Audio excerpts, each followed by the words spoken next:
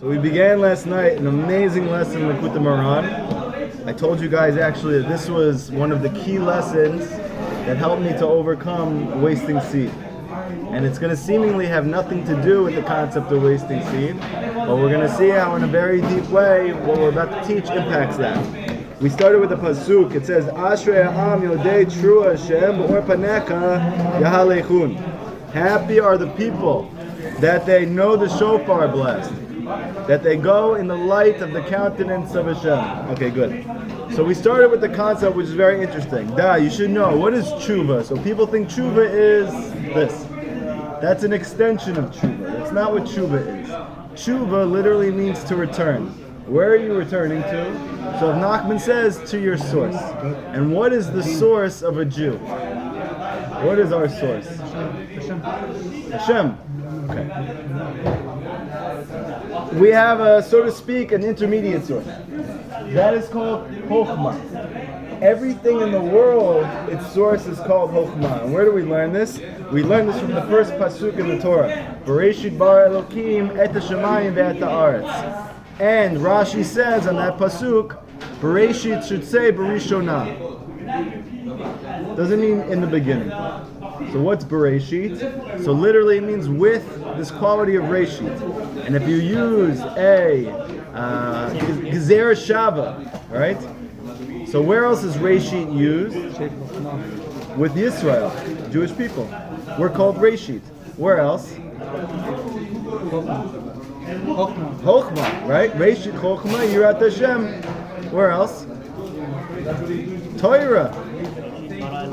Yes, that's what we're talking about. And then we have the Torah is also Reshit. Rashi says the Torah is, meaning for the sake of Torah, Hashem created the world. Or for the sake of the Jewish people, Hashem created the world. That's what Bereshit Bara Elokim literally means.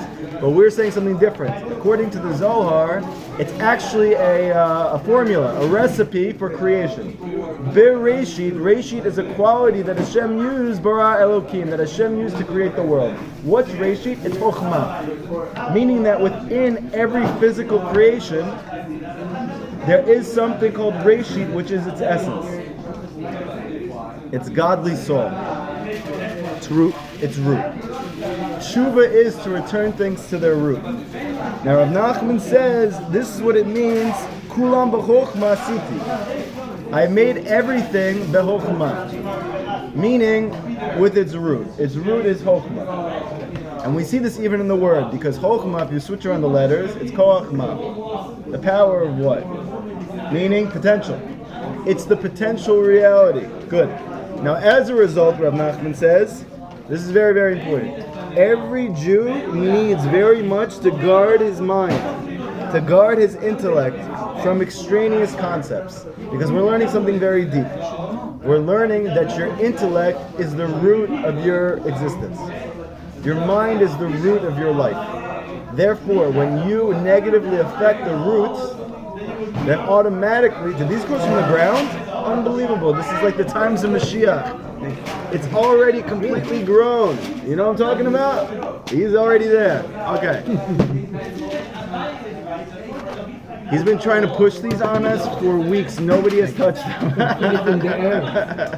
Nobody wants these cookies. I know, I believe it. Nobody took it to heart. Okay. It's getting intense over here. Okay. So like this. Your mind is the root of your reality. Therefore, when you affect the roots, what happens to a tree when the roots aren't healthy? The tree is also not healthy. It's not strong. So therefore, the world looks like the roots.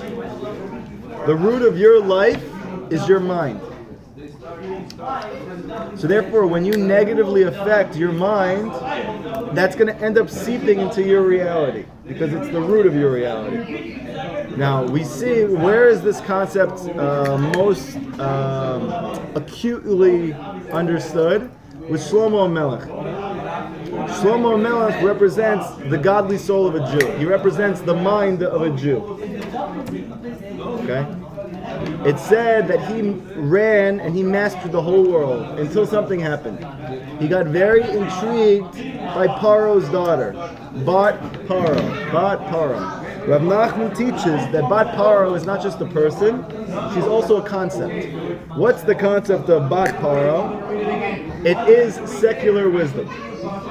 Paro, Rav Nachman says, means to confuse, or to nullify, or to distract. That's actually what the word paro comes from. It means to distract a person. So who is the dardo paro, meaning who's the result of distraction? It's secular wisdom. Rav Nachman says that secular wisdom clogs the space of the root of your existence. So to speak, the root of your existence is like an ocean. And we're going to learn in a moment that when you learn secular wisdom, that is like a stake that is being drawn down into the root. And then we're going to see that something builds around it. Okay? It gets infiltrated. And you would think, okay, great, so I have a gigantic ocean of wisdom. It never ends. I have a little tiny piece of secular wisdom in there. I read one little newspaper. I watched one little show on Fox News. Right? Republicans, Moharans, I got you guys. You guys aren't watching any of that hippie CNBC, any of that stuff, right? CNN, Clinton News MSNBC. Network. That was good. Okay, good. When you read something like this, you would think this isn't affecting me. It's not a sword to read something like this. Rav Nachman says it should be. Because he says that any wisdom that's not godly wisdom, he calls it wisdom and elokut, divine wisdom. He says this wisdom is not wisdom at all. Because the whole point of wisdom is to bring you benefit. And the only wisdom that brings you benefit is godly wisdom, because it makes you whole. Now, as soon as you start to learn anything that's not godly wisdom, automatically, what's going to happen to you? So then you do not become more whole, you become more separate, more disconnected, less peace. Right? He says that as opposed to what you would think that your mind is unlimited bandwidth, Rav Nachman says you have a limited amount of bandwidth in your mind. And if you do not, if you replace Kedusha with Kol, secular, then that is taking up the place of Kedusha, and then your soul, so to speak, it goes into exile. So we see it's very, very important not to marry Paro's daughter. She is external wisdom. I told you that Rav Nachman's students were more makpid on this than maybe most people. They would not own a book of philosophy. They would not read any piece of secular wisdom. Mutar, sword, didn't matter. Rav Nachman railed against it. Now obviously you have people like the Rambam, and they learned astrology and astronomy and all of these things, and they only learned it for the sake of coming close to Hashem. But still Rav Nachman was not a fan of this. He wrote pretty scathing things about Moharan Nevuchim, which you know was the Guide of the Perplexed that the Rambam wrote. He says that that to try to explain reasons for mitzvot is just completely inane, despite the fact that a genius and a gaon and a tzaddik wrote it. Okay, so that's for another time. So now he says like this: why are extraneous wisdom so difficult to deal with? He says because they're like kaneh, they're like a reed. Ki yesh kaneh b'kedusha. There is a kaneh, there's a reed of kedusha. Hem chochmot kedoshot, and this is holy wisdom. This is hallowed wisdom, as they say in those weird religious movies, right? It's hallowed territory. Kamosha katuv, like it says in a pasuk, kaneh chochmah. You should acquire chokhmah. So you see, he's trying to take the word, which means kaneh, or reed, but also means to acquire. He's connecting those two. And what should you be? Yeah, koneh. Right. And what should you be doing to get this? Chokhmah. What type of chokhmah? Holy chokhmah. That's the only wisdom that there really is. But he says, and this is a very important concept in Chassidut. Wow! You just came back from the wedding? Breakdancing? No? Just took this guy's seat. No mercy. Okay. But Hashem made one to contrast the other. This is a very important concept in Chassidut. Wherever there is something which is Kodesh, there is something that is going to look just like it, and it's the opposite. Hashem made this opposite this. That's the pasuk. Hashem made one opposite the other. What does that mean? It means you're going to have... Your face is bugging me out right now. The most intense face I've ever seen in my life. Just like it would be exactly the opposite. Yes, this is a very. There's a face. Can you get the video? Okay. Shem made one. Look at it. He's got it in his hands. One of these is good for you, and the other one is going to kill you. This is the concept that we're talking about. Let me see this. That's perfect. Come on. Hashem made one to contrast the other. This is the pepper of Kedusha, and this is the one that looks just like it, except it's a flaming fire of death. Fire back. Yes. Here you go. Make sure you eat the right one, though. You know what? I want to have that food right now, but I was like, and it was wasabi in it. I was like, you know what? I'll just eat the pepper. Okay. Thank you very much. Now, you have a kaneh of wisdom. You have the reed of wisdom, but we have something that has to be opposite that looks just like it, but it actually brings you far from Hashem, because he says that that's the essence of wisdom, is that it brings you close to Hashem. It makes you whole. So what is something that looks just like that, but brings you away from Hashem? Secular wisdom. That's why David HaMelech prayed, Ga'ah Hayat Kaneh. He says, rebuke the beast of the Kaneh. Meaning what? This is Amalek, Rashi says. And Rav Nachman says elsewhere in the Likutey that Amalek is the quintessential concept of secular wisdom. And you'll notice what happened after the Jews received the Torah, which is the concept of godly wisdom at its apex. Right after, who cools them down? No, right after they received the Torah. Right after. Before Parshas Yitro, and then Parshas Yitro? After they got the Torah, we'll look it up after. After they got the Torah, it says they were on fire, right? Is this the one where he came behind to attack the weak? Yes. So not every parsha is in chronological order. Okay, I understand. We'll look it up later, but the point remains the same, okay? What happens with Amalek? Amalek cools them down, and now we know why. Because right after they got godly wisdom, they got the thing that looked just like it, secular wisdom. From behind. Yeah. From behind. Yes. And from behind. Always from behind. Yisrael Am Kadosh. Because Israel is a holy nation.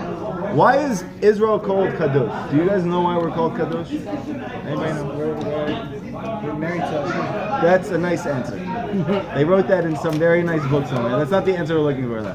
Anybody else? We have mitzvahs. We're constrained. I know that, because we're separate from everyone else. Okay.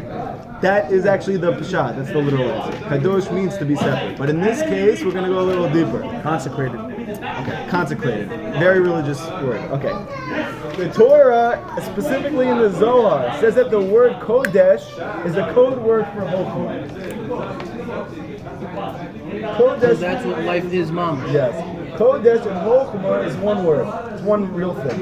Therefore, when we say Kadosh, Kadosh, Kadosh, we're saying Chokhmah, Chokhmah, Chokhmah. And what does it mean that you are a holy nation? A nation that's Chokhmah. A nation that is Chokhmah. And that piece of Chokhmah that's in every Jew is what we call the Nefesh Eloki. That is your godly soul. Oh, I would call Kadosh because we have the Chokhmah of Kedusha. Yeah. And that's why, very good. And that's why none of the other nations are called this. Because we're the ones who are connected to this wisdom. Therefore, as a result, it's by virtue of this that the Jewish people are called Reshit. And it says about us that we have Chelek Eloka Mima'am. We mamish have a piece of God inside of us. What's that piece of God inside of us? Chokhmah. Kamoshe Katuv, Kulam b'Chokhmah asita. Like it says, like we said before, I made everything b'Chokhmah. Wow, and I made everything for the Jews. Yes. So now you see what it means. Okay, now listen to this. This is very interesting. Aval b'sha'ah holadah. However, at the time of your birth, your physical birth, when you came out of the womb, screaming out of your mother's womb, what happened then? Your intellect, your chokhmah contracted. Exile, quote unquote. Yes, exactly. Went into exile.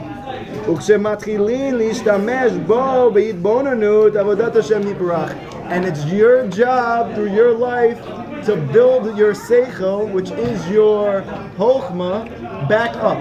Well, let's go to Shuvah. Yes, exactly. Very good, Benny. Is the baptism. Yes, I can see something's not happening right now. Azai sichlo elech v'gadol, and your seichel grows more and more and more. So what are you doing when you're learning godly wisdom?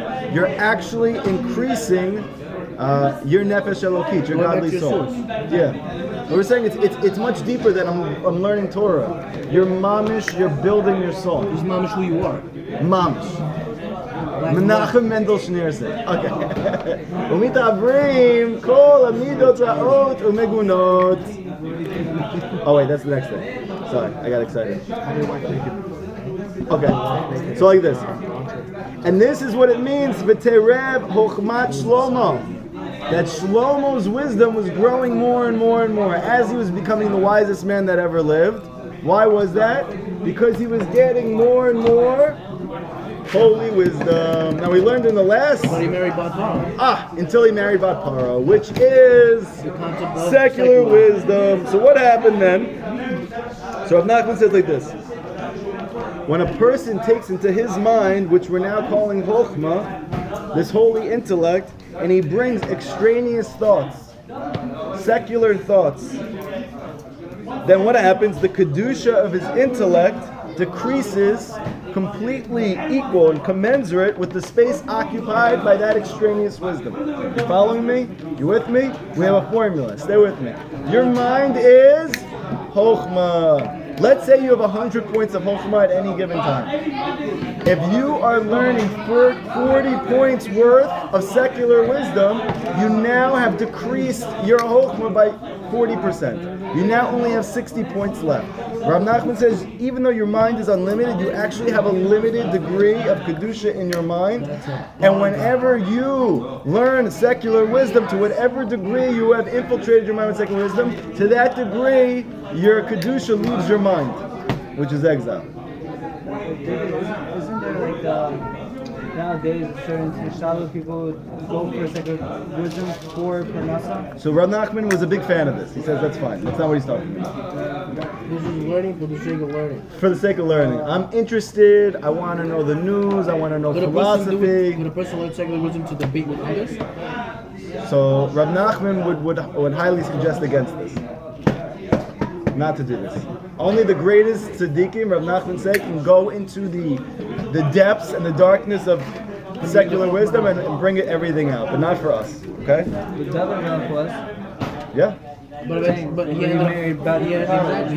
It was Shlomo Melech. Shlomo, right. So Rav Nachman's bringing him as the example to show what degree it's dangerous. That the wisest person in the entire universe, and if you notice Shlomo, his name is actually LeMoshe. You flip the letters around. Moshe was Da'at, he was the concept of perfected mind. Yeah? You like that? I didn't see it anywhere, but I thought about it. Shlomo, okay? He is the concept of Chokhmah. So even with him, that he was mamish, knew Torah by heart, and he used to take the deepest concept of Torah and bring it down into stories, which is the hardest thing to do. Okay? Still, he was intrigued by Bat Paro, the daughter of Paro, and we're going to see what happens in a second because of that. So I was actually thinking about this today. He said secular music.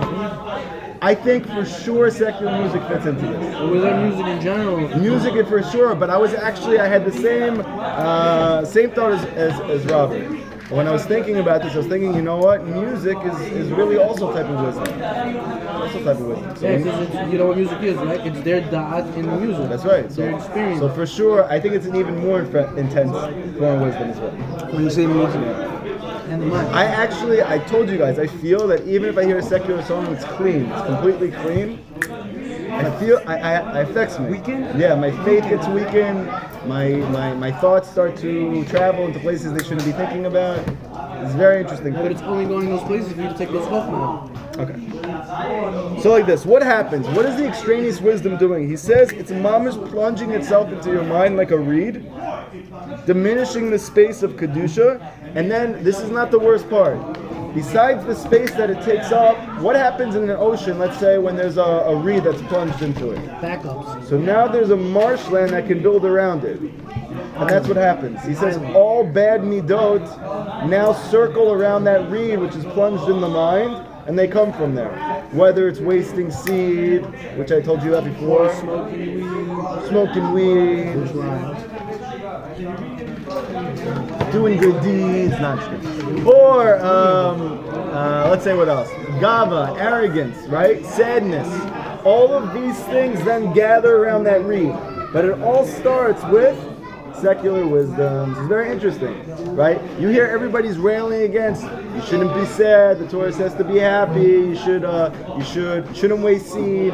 But they don't tell you that Rav Nachman teaching you that's the effect. Is the new Torah? Yeah. I did this one time, right? No. This is it's not the same one. It builds off of things we've learned in the past. So this, he says, the cause is secular wisdom. Secular wisdom is the cause of the sadness and the wasted seed and the chasing after money and all of these things. Anger. Interesting, no? What about using for Tony Robbins?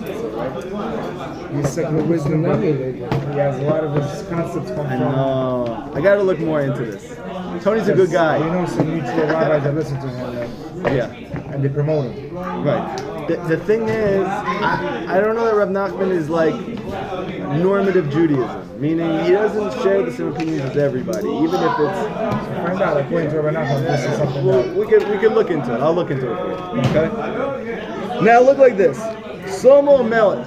He married Paro's daughter. What happens as a result of this? It says in Masechet Sanhedrin that Gabriel, right, your favorite Malach, the Malach of the Sephardim, yeah, he descended from above and he plunged a reed into the sea. It sounds familiar, huh? That's our Torah. And a sandbank formed around it, and on that sandbank was built Krach Rome, the city of Rome. And Rome ended up destroying Jerusalem 900 years later. All because Shlomo married Bat Paro, meaning the Jewish mind came into contact with secular wisdom. And you guys also have to understand what was going on at the time of Rav Nachman. He was right at the beginning, the birth, the burgeoning of the Haskalah movement. This movement, which has affected Bukharians tremendously, was the concept of making Jews learn secular wisdom. Now this affects the Jews tremendously. No, that's true also. Now it's like a repeat. But we had in Eastern Europe, this was the beginning of Jews wanting to learn secular wisdom, which is called the Haskalah movement, which affected Russia and Bukhara and all of these places. Okay? What happened with the Greeks before? Yeah. So this was Rav Nachman's main opponent. Didn't get there. No? Okay. When Shlomo married Paro's daughter, what happened? Gabriel plunged a reed into the sea. In other words, okay, so now we have to understand something. Everybody follow moi.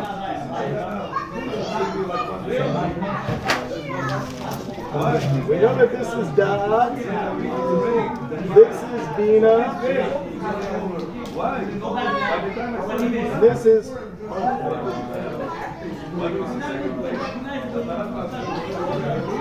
so follow me for a second. Chokhmah, according to the Torah, according to the Zohar, gives birth to chesed. It gives birth to chasadim, to kindnesses, which really are, let's say, positive godly forces, yeah, which bring you close to Hashem. But we also have from Bina, Gevura, or Gevurot, which we're going to call severities. Now, at the point of Bina, which is where the Gevurot are born, so to speak, you can see that, you could say like Gevurah is like the child of Bina, right? The Gevurot are not affecting anything. In Bina, they're only in a state of potential. So they cannot constrict, which is their job. It's to contract. It's still in the state of potential in Bina? Yeah, it's all of these. Even the Chesed and Chokhmah is only in potential. And the Gevurot in Bina is only in potential. Now what happens is like this.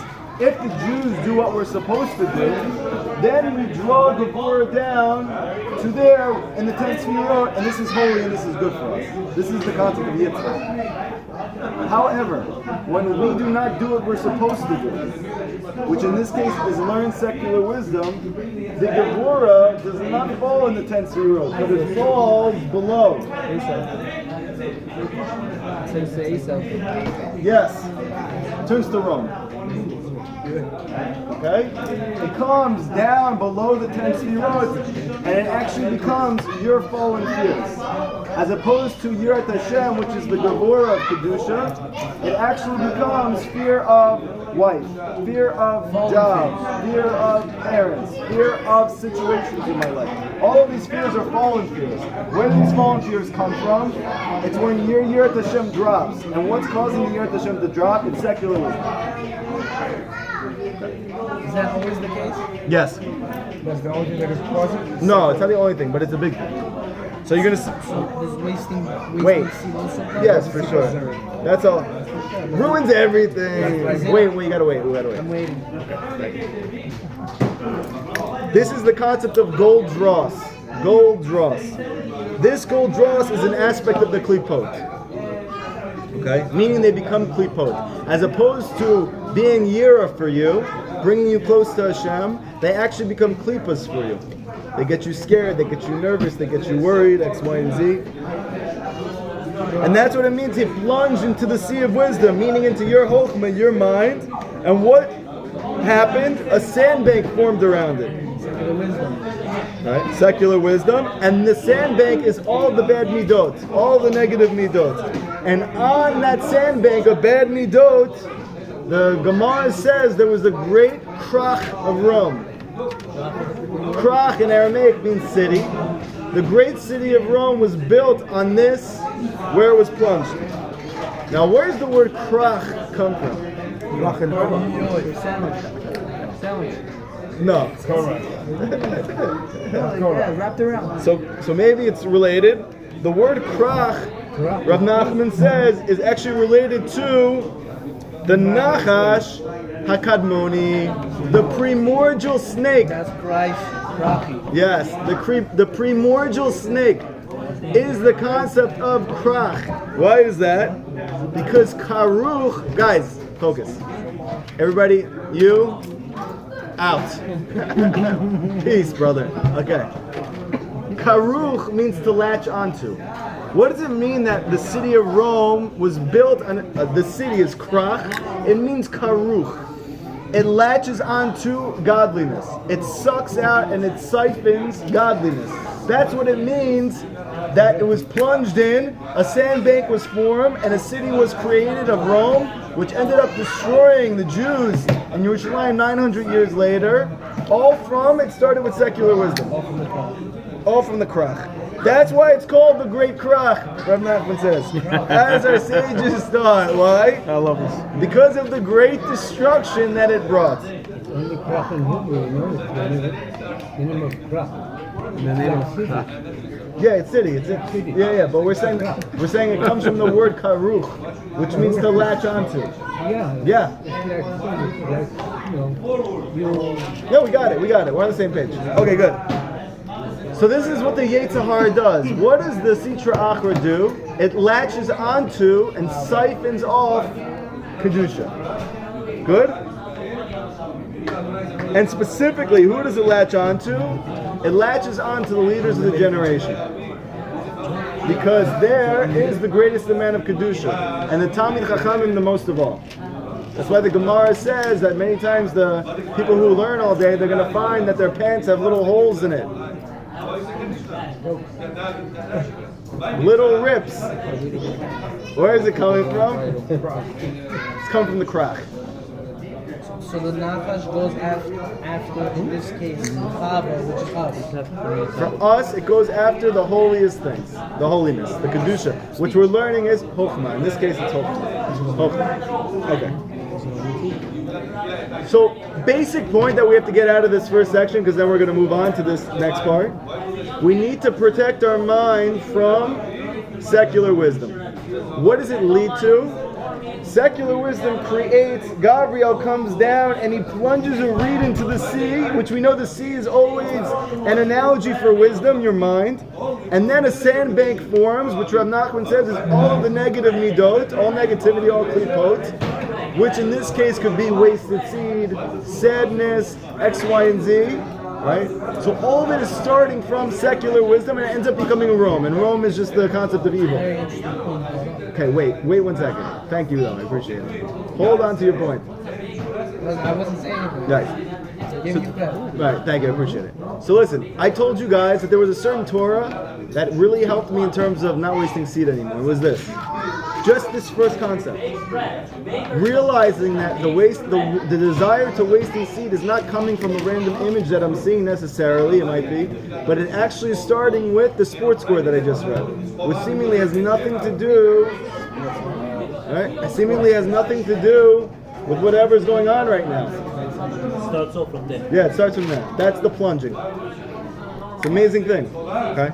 So Rav Nachman says, but beyond the fact of protecting, you have to actually actively do something, right? We know now that we need to protect our mind from secular wisdom, but do we actually have to do something with our mind? Yes. Okay. So Rav Nachman says like this, and you see afterwards, meaning he's saying the primary thing, maybe more important than learning holy things, is to stop learning mundane things. Because he says, afterwards, meaning after you've achieved this, not looking at secular wisdom anymore, and you're protecting yourself from extraneous intellect, lo zo avzo, then what do you need to do? You need to renew your mind at all times. Sounds like Unlimited, yeah? You guys see that movie with what does it mean you need to renew your mind constantly? Let's see. This is Uftuvo Mechadesh B'chol Yom Tamid Maaseh Bereshit. In Hashem's goodness, what does He do? He mechadeshes. He recreates every day, always Maaseh Bereshit. The original primordial act of creation. Meaning what? On a simple level, every single day is a new world. Every day, Hashem is doing Maaseh Bereshit again. So now listen to this, because it's amazing. We just said that Bereshit bara Elokim et Hashemayim et haaretz really means with Chokhmah, Hashem created heavens and earth. And we're learning now that that is the root of all existence. And now if we take that concept and apply it to what we're doing right now, that means that every day Hashem is recreating the world with a new Chokhmah. New Chokhmah. New Chokhmah. Chokhmah that was never here before. Wow, that's a chiddush. Because what is Maaseh Bereshit? Maaseh Bereshit. It's a new act with Chokhmah. That's Reshit, right? It's created a new world which is originating from a new Chokhmah. Ki chidush Bereshit, because the renewal of Bereshit, hu chidush ha-Chokhmah. It is the renewal of Chokhmah. Kamosha Gatov, Kulam b'Chokhmah sita. I made everything b'Chokhmah. Hidush ha-Seichel, hi chidush ha-Neshama. Okay, so now he's going to say like this. What is the renewal of the intellect? He's going to say something very deep. It's mamish, the renewal of your soul. Because we're learning that your neshama is your wisdom. Therefore, when you renew your wisdom, then you're actually renewing your neshama. So Maaseh Bereshit is really a renewal of the soul as well. Ki haseichel hu neshama, because the mind is the neshama. You have different levels of your soul, right? You have nefesh, which is in the blood. That's the lowest level of your soul. Right? That has a consciousness of its own, which is very connected to your physical drives. Then you have a level above that, which is called ruach. This is connected to the heart. This is your emotions. That's where they're deriving from spiritually. And then you have the neshama, which is the mind. This is the godly soul. This is called neshama. Kamosh Gatub, Nishmat Shaddai Tzvinem. Like it says in Eov, right? The neshama from Hashem gives them understanding. So we're learning two things from this. we're learning that all understanding comes from the neshama, meaning it's not coming from your brain, it's coming from your neshama, your mind, which is a different thing. Okay? And where is that neshama getting the understanding from? Hashem. Hashem is giving the neshama understanding at every moment. That's what it means, meaning that Chokhmah gives life to them. There you go, you got it. Nishmat Shaddai Tivinem, that Hashem, through your neshama, is giving you understanding. Like it says, Ma Kadosh Baruch Hu zan et haolam, af neshama zanu et gufa. So this is a very interesting section of the Gemara. Listen, it's very beautiful. It's actually attributed to King David. That David HaMelech made an unbelievable chiddush, unbelievable connection. That everything that you can say about Hashem, you can also say about the Jewish neshama. And he lists 5 things. He says, just like Hashem fills the entire world, your neshama fills your entire body. Just as Hashem sees but he's not seen, your soul sees but it's not seen. He says, just as Hashem nourishes the whole world, your neshama nourishes your whole goof, your whole body. And he goes on and then he gives 2 more. You have to look in the Gemara, in Brachot. I think it's Daf Yud. So you can check that out. That's your homework. But he says like this. Just as Hashem nourishes the world, so too the neshama nourishes the body. Notice it's the neshama that's nourishing the body. The neshama, it's the godly wisdom, the chokhmah, that's nourishing the physicality. Thus, it is the soul that gives vitality to the body, which is itself is the intellect. Like it says, chokhmah tichiyeh.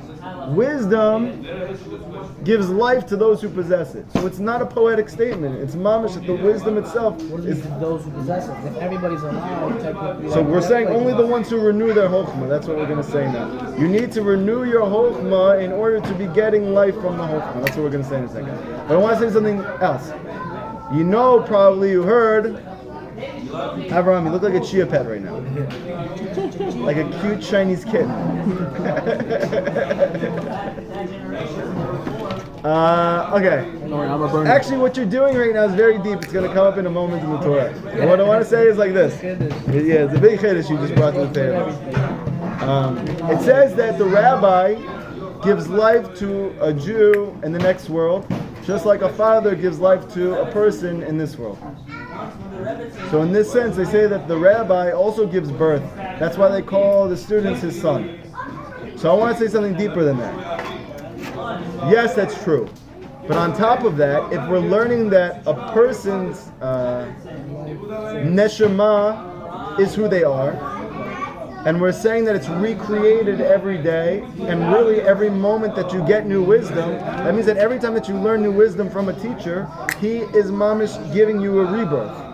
Because you're not the same person anymore. You have now added intellect to your neshama. You have a new neshama now. You're a new person. Is that because the father only gave birth to once, as opposed to the rabbi gives birth to No, it's because this is the way Hashem said it. You don't get it. Okay. Stay with me. We're learning now that your essence is your neshama. And we're saying that your neshama is your intellect. Rav Nachman is saying, besides protecting your intellect from secular wisdom, you also have to renew your mind. Renew it, meaning keep adding wisdom, keep adding godly wisdom. So therefore I'm saying that when the rabbi teaches you wisdom, you're not the same person anymore. Because we're saying that you are your wisdom, so when it's added to and you have a new piece, you're a new person. So that's another meaning of you're the son, meaning he's continually giving birth to a new son every day. Like Maaseh Bereshit.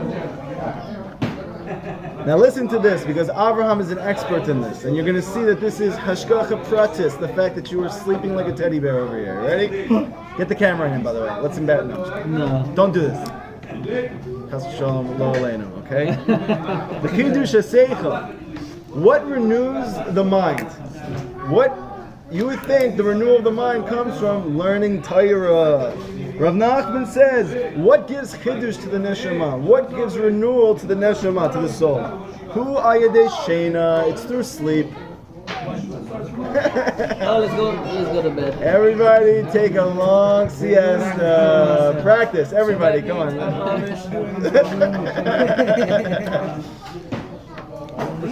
But you have to learn when you're awake. You can't just renew constantly, right? If you're always renewing. Yeah. Finally, some good advice. Okay, listen. This is some good advice. He likes it. Kemub b'Zohar Kodesh, like it says in the Zohar, based on a pasuk. Listen to this. The pasuk is Chadashim lebakarim. They are renewed every morning. Rabba amunatecha.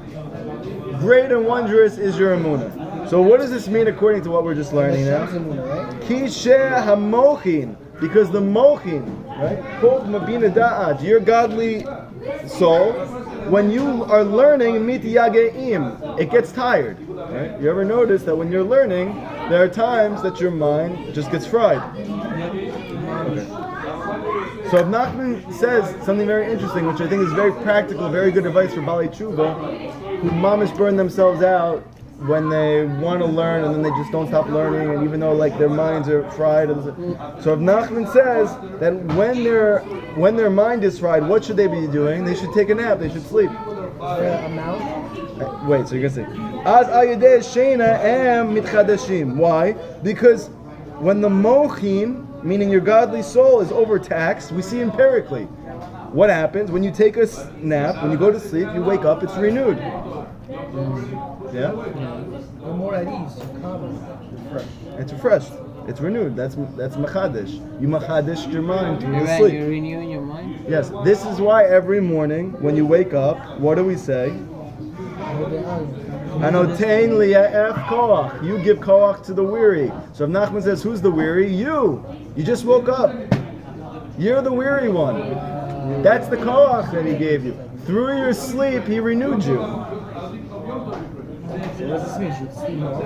No. That's not what he's going to say. You're going to see that this concept of... So you're going to say, this concept of sleep is not just physical sleep. There's also, he's going to show you practical things that you could do to achieve the quality of what's called spiritual sleep. That's why I'm big baby just knock out when I know that? Maybe. Yeah, it's interesting. When you go to... I went to a big... He fell asleep and then he gave me a big hiddush when he woke up. Wow, that's what he was doing. He was mechadishing his mind. When I went there, he fell asleep. I'm going to try that on my wife when she speaks to me. Sorry, I'm just machadishing my mind right now. Don't mind me, I'm machadishing. Okay, sorry, what were you saying? Okay. Black eye. Yeah. Okay.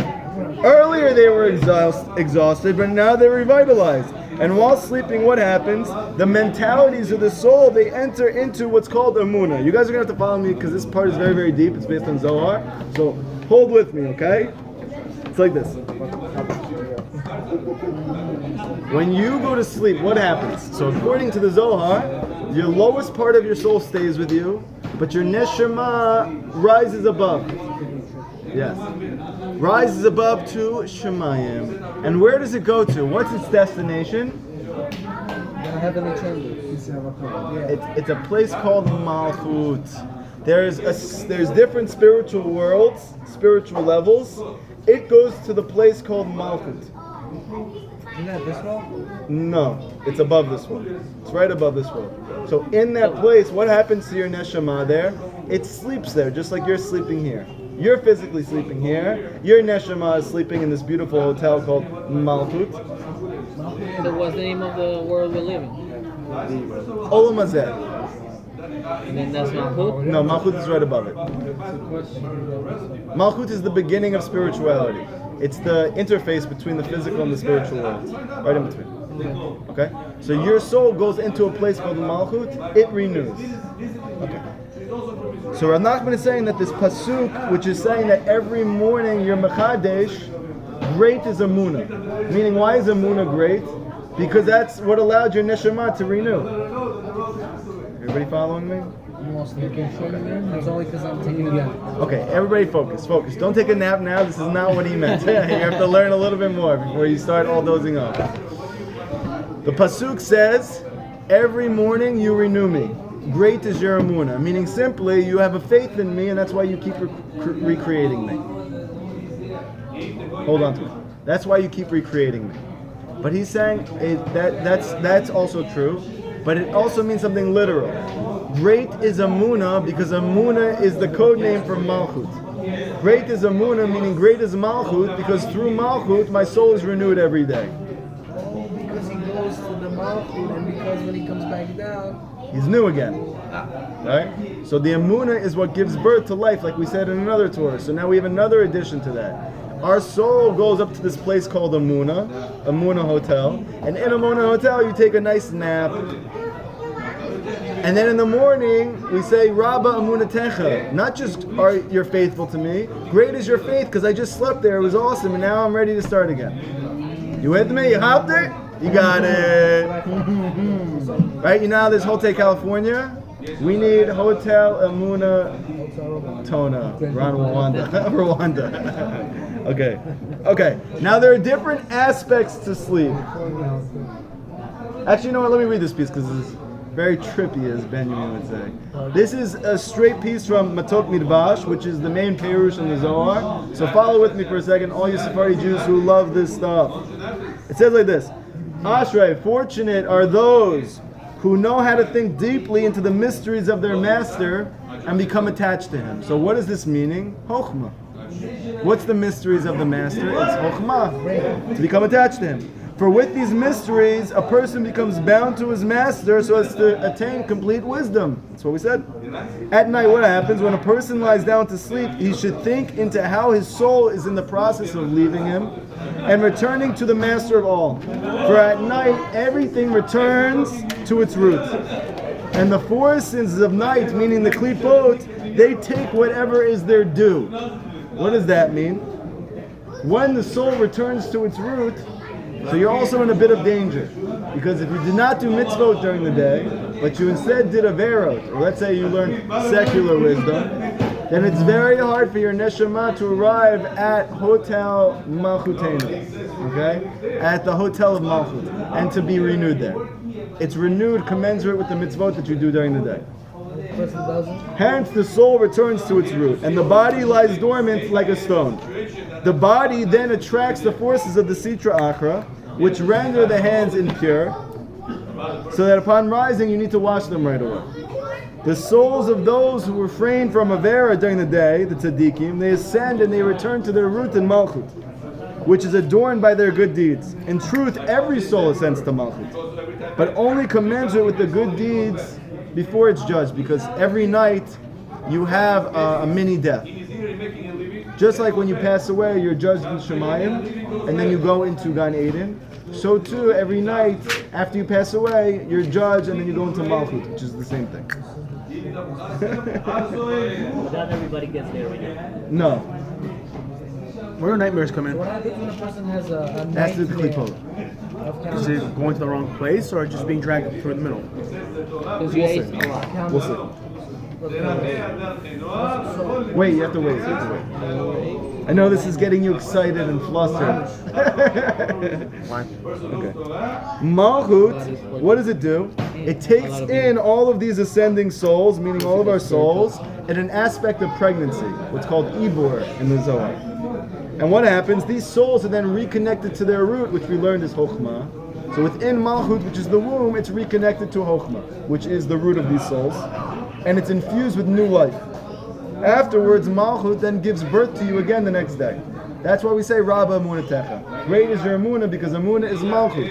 Meaning great is the Malchut, which is the womb, which is giving birth to me new again today. It's very deep, amazing thing. In truth, this is really like Techiyat HaMeitim. And the reason why we sleep and we wake up is to give us a clue about that event in the future. Just like every Shabbat, that's like Olam Haba, like 1/60th. Sleep is like 1/60th of Techiyat HaMeitim. Like that. Right? And every time that you wake up in the morning, it's a little Techiyat HaMeitim. It's a little awakening of the dead. Okay. I've seen that. Okay. Not in your house, but in your house. Yes, you have a lot of experience with Techiyat HaMeitim, more than you thought, okay? Now, there are many aspects of sleep, so this is very interesting. Listen to this. There is the sleep of Gashmiut, the physical sleep, which is renewing and rests the mind. That's what we just said. But there's also Gam Yesh Bechina Limu. There is sleeping learning, which is not your learning, which you call your learning on fire, but it's called really sleeping. That's not the learning that they're talking about. Okay? There are types of learning and topics of learning. He's going to say that there's a certain topic of learning which spiritually, according to Kabbalah, is called spiritual sleep. Doesn't mean that it's boring. It means it renews your mind. So it's good for you. So we're going to see what that is. Shehu nikra gam ken shena. It's also called sleep. Lagabe devekut abore, and it brings you into a state of devekut, of attachment with Hashem. Vahu limu pashata oraita. This is learning the simple meaning of the Torah. Whenever you learn the simple meaning of Torah, not Chassidut, not Kabbalah, when you learn a straight Gemara, when you learn a Mishnah, right? You know how people, they just go through Mishnayot. What are you doing this for? It actually is renewing your Chokhmah. It's renewing your mind. When you learn Rashi on a Pasuk, you're renewing your mind. It's a concept of sleep. Like that our sages taught us, B'machashakim hoshavani. He has made me dwell in darkness. This is a Pasuk. And what does the Gemara say? It says this is referring to the Gemara. He's placed me in darkness. What type of darkness? The darkness of the Gemara, which is called conceptually sleep. The Gemara is called Shena, according to Rav Nachman. It's called sleep. I just said it. You're going to have to go back and... Yes, it's a renewal of the mind. Yeah, Pash V'Shat. Yeah. Anything that's Pash V'Shat. Anything that's not going deeper into anything, you're just learning the simple... Right, but if you're just learning the simple meaning, so it's more like Mishnah and Pasukim and things like this, saying Tehillim, you don't even know what you're reading, yet you're doing it anyway. Does this offer any benefit? If you ask an Ashkenazi, they'll say no. Right? If you ask an Ashkenazi, does it make sense that Sephardim, they read the whole Tikkun on Shavuot, right from the beginning to end, they have no idea what they're reading, so it'd be like, no, that's insane. You shouldn't do that. You should go learn something that you know what you're talking about. But according to the Zohar, it's very beneficial, because it's like putting your mind into a state of conceptual spiritual sleep, where it's completely renewed. It's a renewal of the mind. You can actually feel this. Yeah. This is the aspect of emunah. What does the pasuk say? V'emunutecha b'leilot. That your emunah is in the night. And we just said night is the concept of Gemara. V'lachoshech hara laila. And to the darkness you called night. What do we learn in Torah Gimel? That you should learn Gemara at night. And why do we learn that? Because it protects you from negativity at night. But we're learning another reason now why. Because Gemara is the concept of night. It's the concept of sleep. Holy sleep. Thus, when a person perpetually cleaves to Hashem, meaning he's trying to find the Chokhmah and everything, he's learning Chassidut, he's learning Kabbalah, he's learning these deeper things constantly, or he's digging very deeply into matters. So as a result of this, his mind becomes overtaxed. What should he do then? Because you shouldn't sleep more than you need to, Rav Nachman says. Okay? So therefore, what's the sleep that you should be engaging in? So he says you should be simply reading the Pashat of Torah, and this is going to renew your mind. That's called sleep. Yes. For when he studies the Torah in its plain meanings, what happens? Just like your soul, your neshama, goes into the place called Malchut, Emunah, while you're sleeping and renews it, so too when you learn the Pashat is the concept of Emunah. It's simple. So therefore, when you learn something that's simple, you're, so to speak, you're sticking your mind into the vortex of Emunah again, and you're renewing your soul over again. You following me? You chopped it? You got this one again? Did you get it? You understood? Kind of? You just... It doesn't look like... This is... This could be anything right now. You understood? You got it? We have a space called Emunah. What's the benefit of Emunah? In this case, it renews your soul. Emunah renews your soul. This is why singing renews your soul. This is why relaxing renews your soul. This is why taking a nap renews your soul. This is why Breslovers take strolls in the woods and talk to Hashem, because Hippodamia also renews your soul. So, what? Eating? In this case, he doesn't speak about eating. You're going to see something very, very, very, very interesting, which applies to all of you guys, which is another state of sleep that doesn't have to do with sleeping and doesn't have to do with learning. You're going to see it in a second. So these three levels are actually referred to because these are the three notes, the first three notes, musical notes in the Torah, which are Pashta, Munach, and Zarka. No, that's a child song, okay? What's Pashta? It's Peshat, it's the Peshat. So when you learn the Peshat, what happens? Naicha, which comes from Munach, which is rest. Then you cause your soul to rest. And then Zarka, this causes you to do Tshuva, which is bringing your soul back to Chokhmah. You hopped it? It's amazing. How does Zarka Zarka means to throw. So Rav Nachman said in the beginning of this Torah that it's like Tshuva is the concept of throwing your soul back to its source.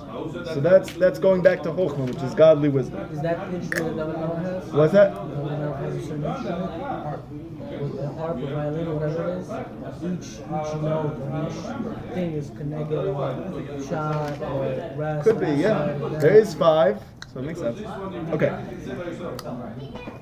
So now we're learning like this, something interesting, which we talked about in the past. Where do the name Mochin come from? So you would think of Mochin, right? This godly wisdom comes from learning very, very deep things. But he's saying that godly wisdom actually comes from Emunah.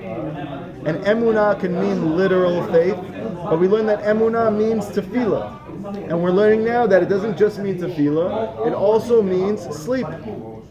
So sleep is a type of Emunah. We're also learning that learning the Peshat in Torah is also a type of Emunah. All of these things are called Emunah, and all of these things renew your mochin, renew your mind. That's why it says life is the mochin, it is the mochin, and wisdom gives life. But where do you get wisdom from? You get it from Malchut. Just like every day, Malchut gives birth to you again, which is the wisdom. So too, anytime you enter your soul back into the Malchut, into Emunah, into sleep, like Avraham is perfecting over here, you then come back with a renewed soul. This is all the concept of Yerushalayim. Like Rav Nachman used to say, wherever I'm going to Yerushalayim. Which you know now means I'm going to take a nap. Which makes a lot of sense, right? He was probably very tired after all that Ibodim duty he was doing. Why do we see this? Because it says in Bereshit, Malki Tzedek Melech Shalem. Malki Tzedek, he was the king of Shalem. And what does Onkelos say? It's Yerushalayim. And what is Tzedek? It's Emunah. So Yerushalayim is Emunah. This is why it says in a pasuk, Ir Tzedek Kirya Ne'emana. Right? The city of righteousness is the city of Emunah. Vehi Bechinat Laila, which is the concept of nighttime. Ve'emunat Chabelelot. The Emunah is in the nighttime. Vehi Bechinat Peshat Oraita, which is the concept of the simple meaning of the Torah, which is the concept of the Gemara, which is the concept of the smaller light. Bechina this, bechina that. By the way, there's a student who used to come to this class who, because he learned so much of Rav Nachman's story, he speaks like this. He tells me, this is the bechina of this, and this is the bechina of that. This is an aspect of this. This is the type of chokhmah we're looking for. Okay. So we see in Bereshit, it says that he created a big light to rule the day and a small light to rule the night. What's the small light that rules the night? It's Emunah. It's Emunah. The big night's Chokhmah. And what happens at the end? Yeshaya says the light of the night is going to be as bright as the light of the day. Meaning the light of Emunah is going to be as strong as the light of truth. Meaning to you, they're going to be equal at that point. It's not like now where Emunah comes in the place of truth, meaning when you don't have truth, you have to rely on Emunah. No, Emunah is going to be as real to you as the truth that you have. I say the sun is going to be 7 times That's brighter. exactly it, because the sun is Chokhmah. And the moon... 7 times. No, so what it says is that the moon... It says that the moon is going to be the size of the sun, and the size is going to expand 7 times more. The moon is going to then increase 7 times more once it's equal to the sun, and then be a little bit one more. You got me confused now. So go look back at the pasuk. Check it out after. I know what you're saying. Go back at it. The moon has levushim, and once Michelle... The reason is because the moon was cursed. The moon was cursed in the beginning of creation. The moon said it can't be that there's 2 kings, meaning truth and faith. People are going to get confused. There's no way to understand this, okay? It's a conceptual thing. Don't try to understand this. In the end, though, faith is going to be as strong as truth. That's what we're getting right now. This is the nighttime. There are those who receive from the intellect, from the light of the face of Hashem. Because the Torah has 70 faces. And there are those who receive this light from a tzaddik. Because when the tzaddik is kindly disposed to them, meaning he's in favor of him, he believes in him, he feels like he's a worthy student, then he receives intellect from him. He receives a new soul. This is because the intellect comes from the light of the face. And the tzaddik gets the light of the face and he gives it over to you. So now listen to this, because this is mamish awesome. Everybody follow me. Especially for all you balabatim. You ready? Gam yesh kama bechinot b'sheina. There is also sleep, another type of sleep. We're giving you many tools of sleep, not just the one that Abraham is mastering right now. There's another type of sleep. Bechinat masa umatan be'emuna. When you do business truthfully. When a person goes to work, Rav Nachman says, and they do it honestly, this is also the concept of spiritual sleep. This also renews the mind. You hear? It's awesome. So now when you go to work, you think, oh, I'm wasting time, I should be learning. He's saying not like that at all. He's saying if you learn at night and you work during the day and you do it honestly, that's a great combination. Why? Because the work itself, when you do it honestly, is going to renew your mind. You're like in a state of sleep. And then when you come out of there and you come learn, you're going to have renewed intellect to be able to learn. This is upsetting you because it's against everything you ever learned. No, I'm just kidding. You said Gemara. Yes, it's the concept of sleep. So what's awake? What's awake? Chassidut, Kabbalah. This is the concept of life. Chokhmah. Or you think Iyun Gemara? Is that So Iyun Gemara is more like Bina. It's not sleep, but it's not the Chokhmah. It's not Chokhmah. Chokhmah is Kabbalah. That's why it says that at the end, that knowledge is going to cover the world like water covers the sea. That's the knowledge of Kabbalah. That's part of the reason why. That's part of the reason. Yeah, we're seeing it now. But that's the reason why Hasidim are busy trying to teach everybody Chassidut, because the Zohar says very clearly that what's the Geula going to come in merit of when Kabbalah spreads all over the world. No, I'm saying like before all this was hidden. Yes. Now it's all over YouTube, all over the internet. Right, but we hid it for a very long time. So why is it everywhere now? Because we let it out. Why do we let it out? Because the Zohar says that this is what's going to bring. This is going to bring Geula. It's going to bring revelation. Don't call me Kalmus publicly. I'm kidding. Isn't bar mitzvah also renewal? Marriage also renewal? You want to make everything into sleep. No. I'm just saying, when a person has a brit, right? There's a new neshama. The person has when he's a bar mitzvah. It's a little too deep. You got to wait for this for a second. Let's get the simple understanding of what it means that going to work and doing honest business is the concept of sleep. Why? Because they are renewed every morning. Meaning what? They renewed and revitalized from this honest business. Why? Because the Gemara in Bava Batra says like this: a person who wants to gain wisdom, what should he do? He should learn the laws of Babki. Money. The laws? Money. The laws of money? Yes. Money. Yes, the laws of money. Very good. The Gemara says if you want to become mamish, a genius, learn the laws of money. Okay? Where did I learn those? What? Where did I learn those? You would learn those in Bava Batra. It's very complex. Okay? The Gemara in Bava Batra, you would learn all the laws of money there. So one second. But you said a person has to despise me. Wait. Doesn't mean you don't need to know the laws of it. You say Gemara? Bava Batra. If I'm not trying to make it anyway, why do I gotta learn the laws? Just wait, take it easy. Listen. Hayenu, meaning when a person, we're saying like this, if a person wants Chokhmah, he should go learn the laws of money. But we're learning like this, what is Chokhmah? It is that deep, deep soul. How do you get that deep, deep renewal of soul? You need to put it to sleep. Which he's saying is Dine Mammon. It's the laws of money. Business, faithful business. That's the connection he's making. Did you guys all chop what I just said? You're chopping it? You missed this. It says there's another type of sleep. When you go to work, and you do it honestly and truthfully, without scamming and sleazing and con artisting and whatever else that you guys are busy doing at work. So at this point, I'm just kidding.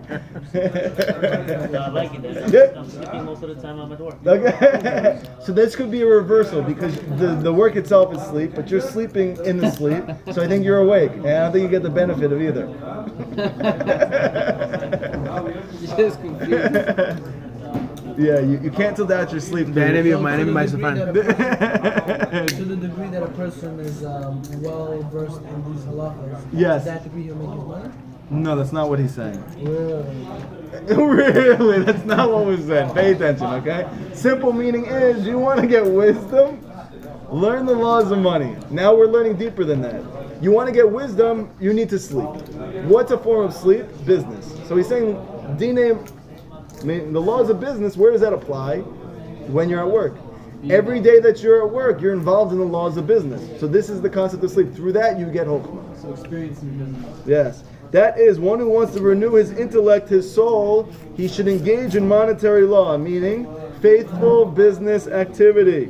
For someone who conducts his business activities faithfully, he is not only going according to the Torah, but deeper than that, he's actually renewing his soul. For it's impossible to conduct one's business activities faithfully if he doesn't know the laws of money. Because you can't follow the laws of money without knowing them. It's not like going according to your common sense. The laws of money are very specific. And therefore when you go to work, you need to be holding yourself to those laws. Otherwise, you can be over on a right of stealing very easily and not know it. So therefore, by learning the laws of business, then when you go and you're faithful to those laws at work, you give your mind, your soul a renewal. And then when it comes out, you're able to achieve higher levels of Chokhmah. And this is the aspect of, like we say every Friday night, Hayata Kaniot Socher. She's like a merchant fleet. She brings her food from afar. That is, through business activity that's faithful, she brings her lechem from afar. What's lechem? If you change it a word, what is it? It's moach, moach, to the mind. Lechem is always the concept of mind. That's why the man came in zchut of Moshe Rabbeinu, because he is the mind. So lechem is the concept of, wow, I just had an unbelievable chiddush. Listen to this. You were asleep. Yes, Hashem just put me to sleep for a second. I fell asleep, Avram woke up, and random guy takes sesame seeds. How you doing? Seeds, you're definitely sleeping. What are the sunflowers? Sunflower seeds. Sorry, I'm not even saying. I was just kidding, by the way. Thank God. Okay. So it's like this. When you say Baruch Atah Hashem Elokeinu Melech Haolam Hamotzi Lechem Min Haaretz, where do we say that you get Chokhmah from? Amunah. So Lechem is Chokhmah, and Haaretz, the land, is always the concept of Amunah. So we're blessing Hashem that we get Chokhmah from Amunah. You hear? You like it?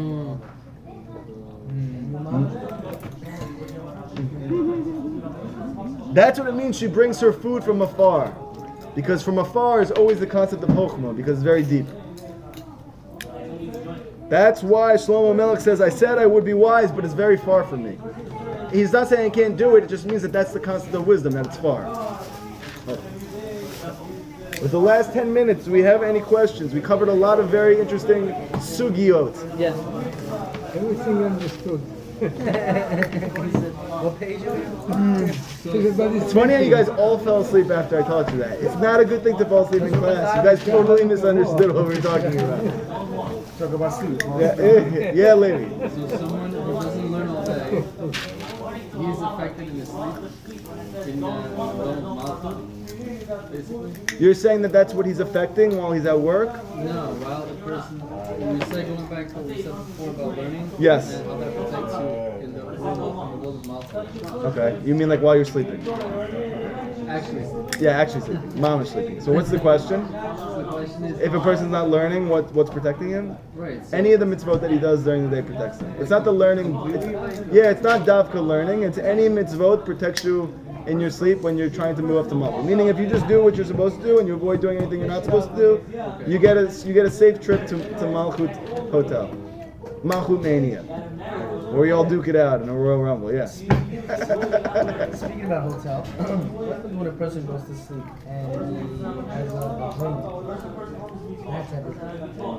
Does that mean that the neshama doesn't go to the place where it's supposed to? No, it's because when you go to sleep, the klipot very much want you, Therefore, and Lily comes and she seduces you while you're sleeping and causes you to have a wet dream because she sustains from this. and that means that whatever chokmah you got from the fish, you still gonna I don't know about that. I'd have to look into that. Yeah, How do you stop how does that? a person stop? Stop looking at secular wisdom. Let's say a person doesn't look at secular. Stop thinking about things. Stop having. What you say? Yeah, I don't want to do that. Just. You want me to pause the video? No, I don't want to pause the video. Just try to avoid any type of sexually provocative anything all day. Yeah. If you avoid these things and you avoid thinking about them, you won't have wet dreams. The wet dreams come from you're thinking about it, but you're not following through with it, and you're not, and therefore you're frustrated, and then you're sleeping, and it has to find its way out. Learn to what Moharan is going to be out of your mind. Yeah, say this guy's I good. like this guy. See, it's What- the seeds of wisdom. Next question. Next question. Shon Shabbat, when I have weird dreams, does my higher soul go to a different place? Aram, you want to be awake for the answer to the question, or no? You want to go back to sleep? We can go to sleep. So my Shabbat, I don't know. I have to look. I have weird dream on Shabbat. A lot of people do. Yeah, I have. So what happens? No, I'm not judging you. I have to look into it. Everyone gets weird dreams. Am I the only one? No, it could be. It could be. Why are you saying everybody? You don't even know. You didn't ask Everyone anybody. Extra soul and all that. I don't know So why. what happens I have to there? look into it. We go to a different place, maybe? It's a good question. So you have a higher soul. Maybe that has something to do with it? Right, maybe that's Maybe it's on a different floor of the hotel? Yes, you're in a different. I got the penthouse. You're in a different seat than Malchut Mania. Yes, you have a question. Didn't the Rambam Oh. specifically study secular Yes. wisdom and not only medicine, but he studied medicine for sure, but he also studied philosophy, Yes.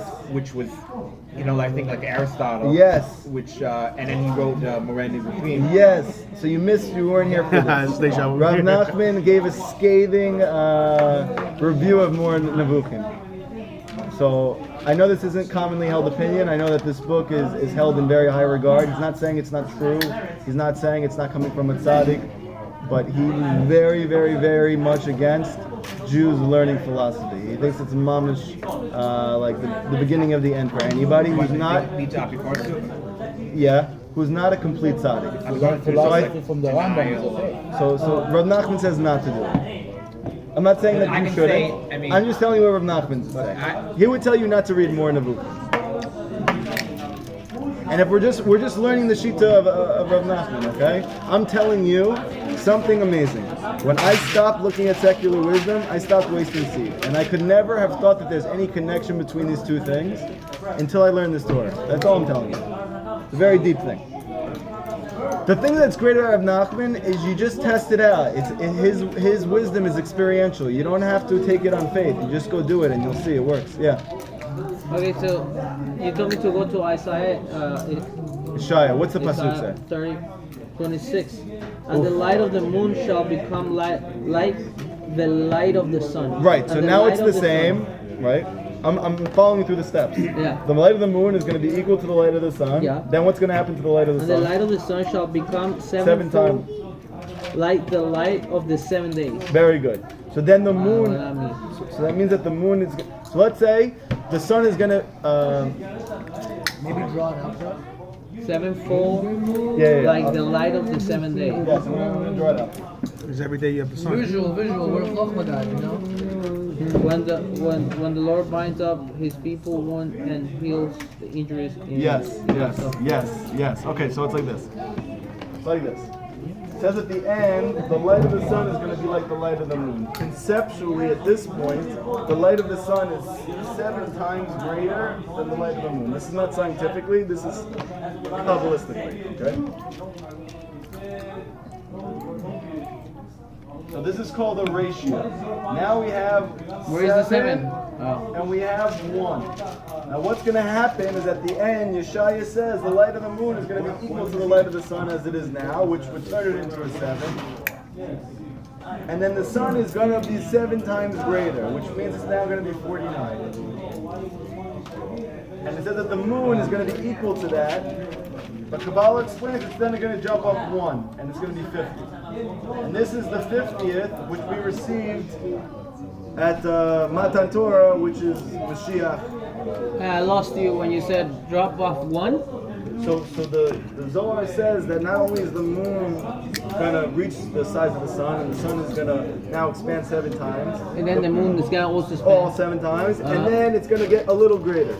So that at the end, the moon is a little bit greater than the sun.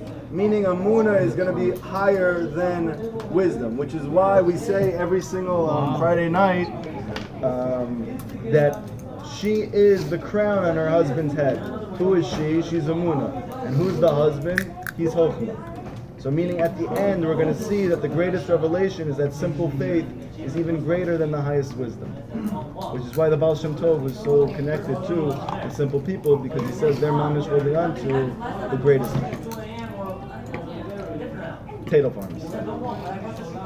Yes. What about nightmares? What about them? Because you eat too much in the night and then you go to sleep. Right. So Rav Nachman has another Torah later, which he discusses a lot about food and how the food itself is what's causing your dreams to be a certain way. And depending on the type of food and how much of that food, he actually says that with every single bite, you're changing your dream. That's crazy. So each seed is mamash different color?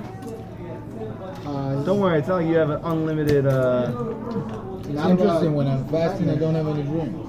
Yeah, it's true. I have weird dreams. Okay, what about like not nightmares, but just odd dreams or disturbing dreams? Does that fall in the same category, or does that have a special something? Bezrat Hashem, we'll get to his Torahs on dreams. Okay. Anybody else about what we're talking about? Are you happy you stayed in this class? Whenever it comes to learning, basically, the yeshiva system or whatever, there's no, like, is it considered we're all sleeping? Yes. You don't need to feel on that? Yes. You still, even there's burnout. Yeah. Right, so like, what you would go to...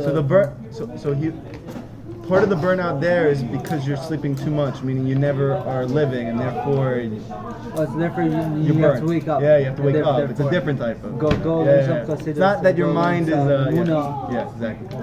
So it makes sense. Anybody else? Come on, guys. Any questions? So, Powerful lesson tonight, guys. Everybody, slow clap. no?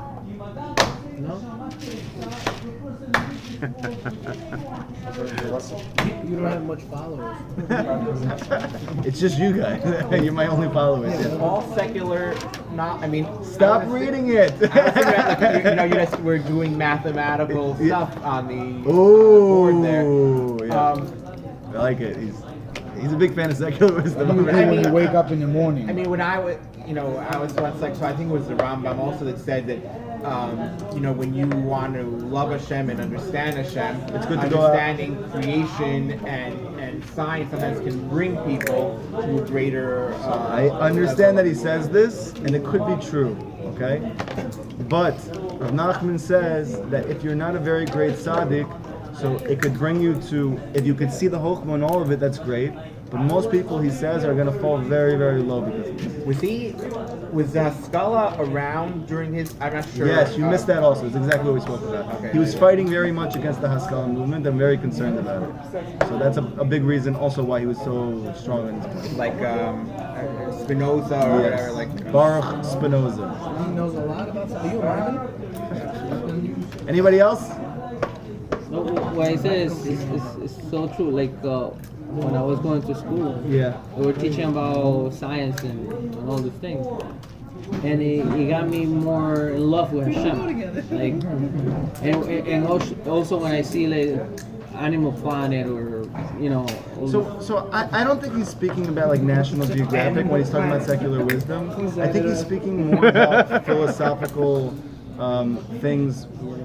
more like philosophy. Less like you go outside and you look at the physical world. He wasn't against that. He's talking about mamish philosophy books. As far as anthropology, especially. You I don't know understand? what that is.